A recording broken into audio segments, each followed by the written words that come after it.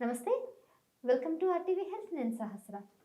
Cancer వచ్చిందని గుర్తించడానికి కాస్త టైం పడుతుంది. కానీ డాక్టర్ దగ్గరికి వెళ్ళిన తర్వాత వాళ్ళు ఇమ్మీడియేట్‌గా ఇది క్యాన్సర్ అని కన్ఫర్మ్ చేస్తారు. మరి ఏ టెస్ట్ చేసి వాళ్ళు కన్ఫర్మ్ చేస్తారు అనేది ఈరోజు మనం తెలుసుకుందాం. మరి ఏ ఏ క్యాన్సర్స్‌కి ఎలాంటి టెస్టులు చేస్తారు? వాటి టెస్ట్‌ల పూర్తి వివరాలు కూడా తెలియజేయడానికి మనతో పాటు ఉన్నారు డాక్టర్ శ్రీహర్ష గారు, consultant surgical oncologist, robotic surgeon, KIMS hospital. నమస్తే డాక్టర్. నమస్తే అండి. డాక్టర్, మీ దగ్గరికి పేషెంట్స్ వస్తూ ఉంటారు. సో పేషెంట్స్ ఇది క్యాన్సర్ ఏమో అని వాళ్ళ అనుమానంతో వస్తూ ఉంటారు. మరి అది క్యాన్సర్ అని కన్ఫర్మ్ చేయడానికి మీరు అక్యురసీ టెస్ట్ ఏది చేస్తారు?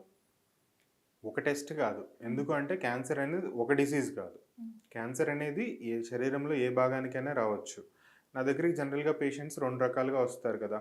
వాళ్ళకి వాళ్ళే డౌట్ పడి ఇది క్యాన్సర్ అయ్యుండొచ్చు. నేను క్యాన్సర్ సర్జన్‌ని. సో, నా దగ్గరికి జ్వరానికి వాటికి రారు. హ్మ్. క్యాన్సర్ అని డౌట్ ఉంటేనే నా దగ్గరికొస్తారు. లేదా ఎవరైనా డాక్టర్ నన్ను కలవమంటేనే నా దగ్గరికొస్తారు. సో, నా దగ్గరికొచ్చేవాళ్ళు జనరల్‌గా 2 రకాలుగా వస్తారండి. ఒకళ్ళు వాళ్ళకి వాళ్ళు డౌట్ ఉండి వస్తారు. లేదు 2 వేరే డాక్టర్ ఎవరన్నా చూసి ఇది కొంచెం తేడాగా ఉంది. ఈ డాక్టర్‌ని ఒకసారి కలవండి అని పంపిస్తారు. రాగానే ఫస్ట్ స్టెప్ ఏంటి అంటే డీటెయిల్డ్ క్లినికల్ హిస్టరీ. అంటే వాళ్ళకి సమస్య ఏంటి? ఎప్పటినుంచుంది? అది ఎలా పెరుగుతుంది? అది పెరుగుతూనే ఉందా? లేకపోతే మధ్యలో ఏమైనా రిలీఫ్ ఎపిసోడ్స్ ఉన్నాయా? అలా డీటెయిల్డ్ క్లినికల్ హిస్టరీ తీసుకుంటాము. దాంతో పాటు వాళ్ళకున్న అదర్ మెడికల్ ఇష్యూస్ ఏంటి? ముందు నుంచి ఉన్న మెడికల్ హిస్టరీ అంతా తీసుకుంటాము. దాంతో పాటు ముందు వాళ్ళ ఫ్యామిలీ హిస్టరీ అంటే వాళ్ళ 2 తరాల హిస్టరీ మనం ఇంపార్టెంట్‌గా తీసుకుంటామనమాట. అటు 2 తరాలు, ఇటు 2 అంటే తరాలు. డ్యాడీ తరపు, మమ్మీ తరపు. 2. ఆహా! 2. అంటే ఇప్పుడు పేషెంట్‌కి సెకండ్ డిగ్రీ రిలేటివ్ వరకు బాగా ఇంపార్టెంట్‌గా చూస్తామండి. హ్మ్. అంటే అమ్మ, నాన్న, అమ్మమ్మ, తాతయ్య 2 సైడ్‌లు, హ్మ్. అన్నదమ్ములు, అక్కచెల్లెళ్ళు, ఓకే. పిల్లలు. ఓకే. వీళ్ళందరి హిస్టరీని బాగా సిగ్నిఫికెంట్‌గా తీసుకుంటాం. హ్మ్. సో, ఫ్యామిలీ హిస్టరీ తెలుసుకుంటాము. ఇవన్నీ తెలుసుకున్న తర్వాత ఒక సస్పిషన్ ఒస్తుంది. That what we call it as clinical suspicion. ఈ క్యాన్సర్ అయ్యుండొచ్చు. లేకపోతే ఇది అవ్వకపోయి ఉండొచ్చు. లేకపోతే ఇది ఖచ్చితంగా క్యాన్సరే. దీన్ని జస్ట్ మనం ప్రూవ్ చేయాలి. అలాంటి ఒక ఇంప్రెషన్‌కొస్తాం గదా! వచ్చినప్పుడు యూజువల్లీ నెక్స్ట్ స్టెప్ వచ్చేసి ఇమేజింగ్. ఇమేజింగ్ అంటే స్కాన్స్ చెప్తాము. ఆ స్కాన్స్ అనేవి ఒక్కొక్క అవయవానికి వచ్చే క్యాన్సర్‌కి వేరే వేరే స్కాన్స్ ఉంటాయి. సపోజ్ మనం బ్రెస్ట్ క్యాన్సర్ సస్పెక్ట్ చేశామనుకోండి. హ్మ్. నెక్స్ట్ అడిగే థింగ్ ఈస్ మామోగ్రామ్. హ్మ్. మామోగ్రామ్, అల్ట్రాసౌండ్ అడుగుతాము. ఆ స్కాన్ చూసిన తర్వాత నెక్స్ట్ స్టెప్ ఆఫ్ ఇన్వెస్టిగేషన్ వచ్చేసి బయాప్సీ అడుగుతాం. బయాప్సీ అంటే ముక్క పరీక్ష. హ్మ్.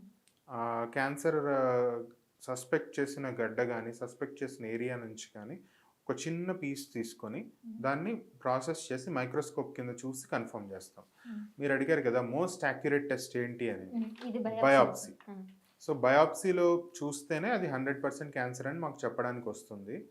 అలా అని అన్ని క్యాన్సర్‌లకి అది యూనివర్సల్ కాదండి. హ్మ్. అది మళ్ళీ చాలా క్లినికల్ సినారియోస్ ఉంటాయి.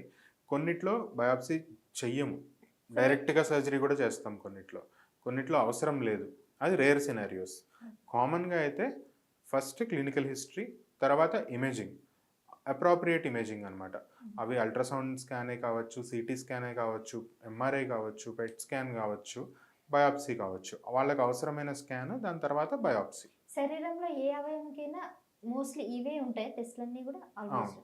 మోస్ట్ కామన్ ప్యాటర్న్ ఇదే ఫాలో అవుతామనండి. ఫస్ట్ హిస్టరీ జూస్తారు. హ్మ్. తర్వాత స్కాన్స్ స్కాన్స్ అడుగుతాము. జూస్తారు. తర్వాత బయాప్సీ బయాప్సీ చేస్తాము. ఈ 3. హ్మ్. స్కాన్స్‌లో సింప్లెస్ట్ ఫస్ట్ అడిగేది ఎవరైనా అల్ట్రాసౌండ్ అడుగుతారు. లేదు సస్పిషన్ బాగా ఎక్కువగా ఉంది. నాకు క్లియర్‌గానే ఉంది.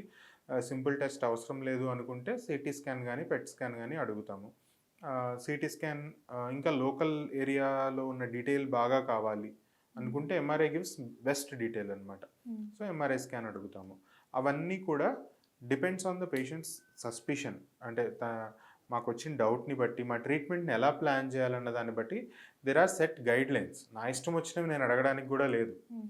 Okay. There are guidelines of workup. దీనికి ఈ టెస్టులు చేయాల్సిందే. ఈ బ్లడ్ టెస్టులు చేయాల్సిందే. కొన్ని నాన్ నెగోషియబుల్స్ ఉంటాయి. అవి చేస్తాము. And biopsies. ఈ బయాప్సీలో కూడా రకాలుంటాయన్నమాట. హ్మ్. కొన్నేమో చిన్న చిన్న గడ్డలుంటే వాటిని తీసేసి చేసే బయాప్సీ ఉంటది. వాటిని ఎక్సిషన్ బయాప్సీ అంటాం. హ్మ్. మొత్తంగా రిమూవ్ చేసేసి చూస్తాం. హ్మ్. అది ఎక్సిషన్ బయాప్సీ అంటాం. లేదా దానిలోంచి ఒక చిన్న పీస్ కట్ చేసి చూస్తాం. హ్మ్. వాటిని ఇన్సిషన్ బయాప్సీ అంటాం.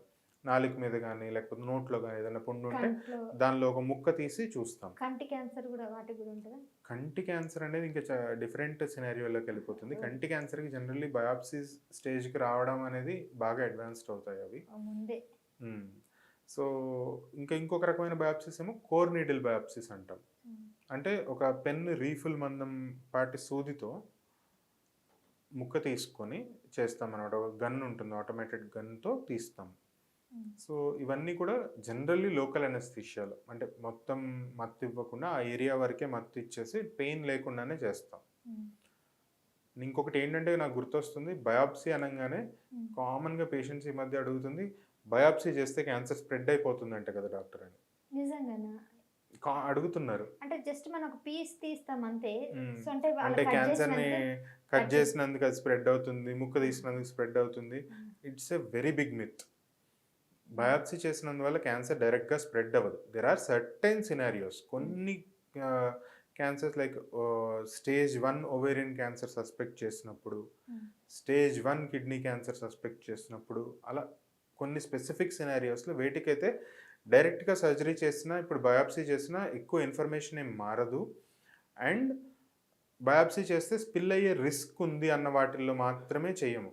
అలా కాకుండా మిగతా అన్నిట్లో యూనివర్సల్లీ 95% ఆఫ్ ద కేసెస్లో బయాప్సీ చేస్తాము.